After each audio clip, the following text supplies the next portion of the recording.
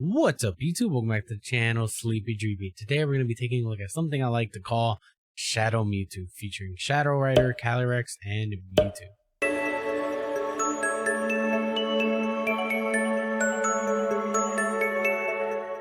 Okay guys, here's the deck list I came up with for Shadow Rider, Calyrex, and Mewtwo, aka Shadow Mewtwo. So we're going to start off with our main engine in Shadow Rider Calyrex VMAX 320 Psychic type Pokemon. We mainly have this for its ability Underworld Door, and once during our turn we may attach a psychic energy from our hand to one of our benched Pokemon, then draw 2 cards. This is basically Malamar and Zorak together, where we can accelerate energy and draw 2 cards. If we have all 3 of these set up on our bench, we can draw 6 and accelerate 3 energies in a turn, which is insane, because that means we can quickly set up a Mewtwo to attack fairly quickly, and we could also set itself up with its max Geist attack. It does 10 damage and then 30 more damage for each psychic energy attached to your Pokemon in play. So if we absolutely need to attack with the Shadow Rider Calyrex and we have a ton of energy on board, we can go ahead and attack with it.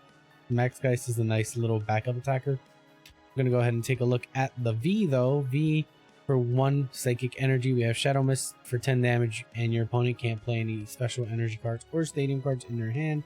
And then Astral Barrage, put 5 damage counters on 2 of your opponent's Pokemon. They may come in handy every once in a while. They're not too bad. The first attack allows us to kind of stall our opponent and not allow them to play any special energies. It could come in handy, and let's say we go second against Rapid Strike Urshifu, they might not be able to hit a Rapid Strike energy to be able to double hit us with their Gmax Rapid Flow. Astral Barrage, 5 damage counters can, finish things off maybe later down the line. So not bad, but again, we're not really going to be using that too much. And then obviously our main attacker is Mewtwo and Mew, with its Perfection ability allowing us to copy any Pokemon GX or EX in our bench or our discard pile. In this deck, we also do have options for its Miraculous Duo GX doing 200 damage. And if we have at least 1 extra energy attached to it, which is probably going to be very easy to do in this deck, we heal all the damage on all our Pokemon. So let's say a couple of our Mewtwo's and our Calyrex have taken damage, we could just go ahead and Miraculous Duo heal. So not bad options to have. And now we're going to go ahead and take a look at all the options that we have of attacks that Mewtwo can copy. First off, we're going to go ahead and start off with Trevenant Dusknoir GX with its Night Watch attack, triple psychic energy 150. Choose 2 random cards from your opponent's hand and reveal them and shuffle them back into our hand. We can combine this with Marnie to basically have our opponent only have a 2-3 card hand. Sometimes those even early turns, you can really hinder their setup early on in the game or even late game. They can't get what they need because they keep dead drawing. So not bad. And then we also have Pale Moon GX as a GX option.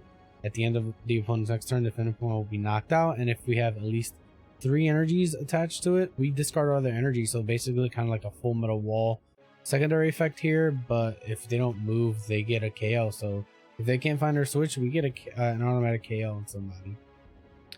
We also have Gengar and Mimikyu GX, Poltergeist for 50.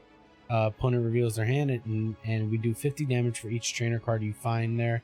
Most decks are running a lot of energy, so not a bad attack. And then we have Whorehouse GX. Whorehouse can come in handy, allowing us to maybe, if we're like dead drawing or something, we can Whorehouse and stall our opponent for a turn if we need to. So nice little GX attack there. Then we're also going to be playing Reshiram and Charizard, good old Reshiram and Charizard GX, mainly for its Outrage ability. This attack does 10 more damage for each damage counter on this Pokemon. If we take a little bit of chip damage here and there on our Mewtwo's, we can go ahead and Outrage for a cheap amount and possibly do a lot of damage. We can possibly go ahead and do Double Blaze, but it's going to be very hard to do either Flare Shock or Double Blaze because of that 3 fire energy cost. But they're just there for options if we need to hit 230 or Double Blaze or 200, and we happen to get like 3 Aurora energies on 1 Mewtwo. So they're good options to have. But we're using, again, we're usually mainly using this card for its Outrage ability. Then we're going to go ahead and play a Vileplume GX, mainly for its massive Bloom attack doing 180. So honestly, early on in the game, you can go ahead and use Massive Bloom 180. That's 2-shotting most VMAXs.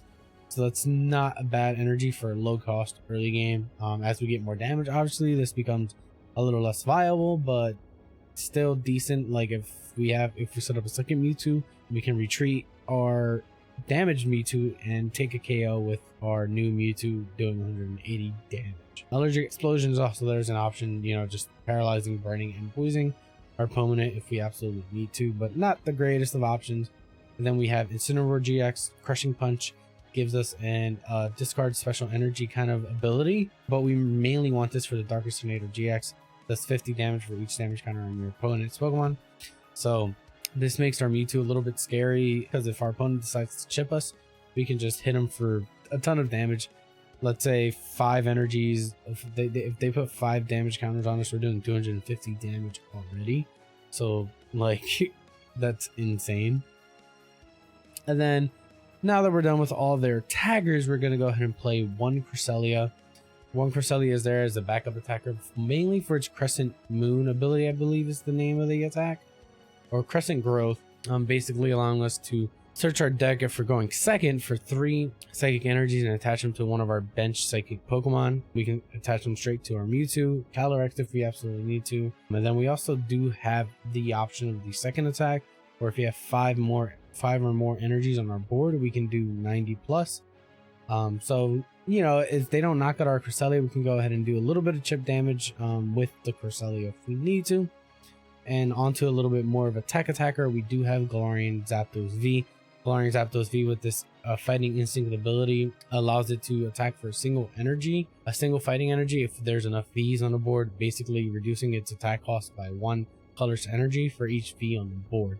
We're mainly teching this attacker for the Eternatus matchup, just because it's tough, but it could come helpful in other matchups because we do play Aurora Energy, and just swinging for a 2-prizer 170 isn't bad. You know, if they're playing enough V's, we can kind of swing the price trade a little bit, make him go 3-2-3 instead of going double Mewtwo or Calyrex or something like that. Galarian Zapdos throws off that number a little bit, so not bad at all. And then for our support mons, we're going to be playing one Dedenne. Dede change, always good. Discarding and refreshing our hand. Same with Crobat V, Dark Assist, allowing us to draw back our hand up to 6. And then, you know, just to support, because we're expecting Path to the Peak to see a lot of play. We're playing Marshadow to knock stadiums off with this resetting hole ability. We don't want to be locked and not be able to attack or draw cards with Path to the Peak. So that's why we're playing a Marshadow resetting hole as a way to knock stadiums off. Now onto our supporters.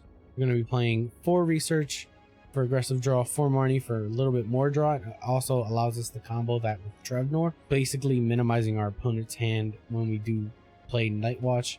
And then we're going to go ahead and play 3 Boss, allowing us to boss effectively and taking key KOs where we need to.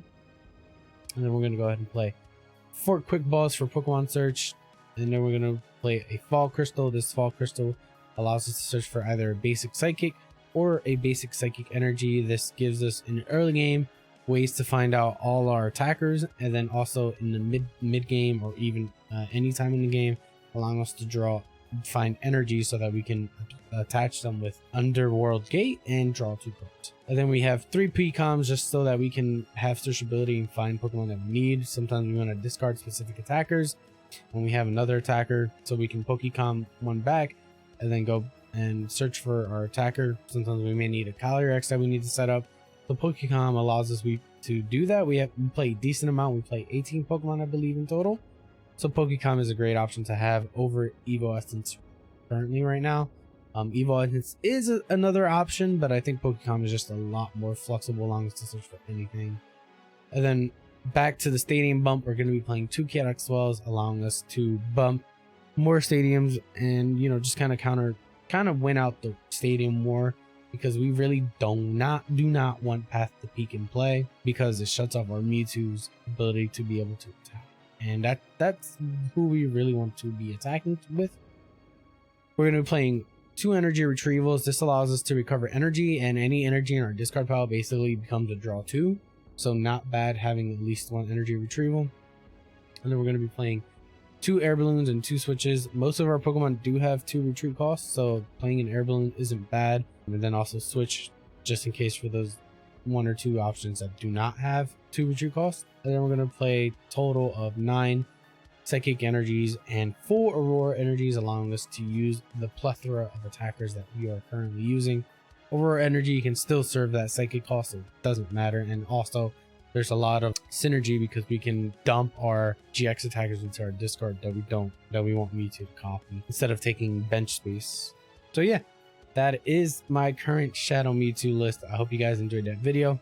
Feel free to subscribe to the channel if you want to see some more PTCGO content. Smash that like button, hit the bell icon if you want to be notified when I upload videos, and leave a comment down below. Let me know what you think of this Shadow Mewtwo GX attack.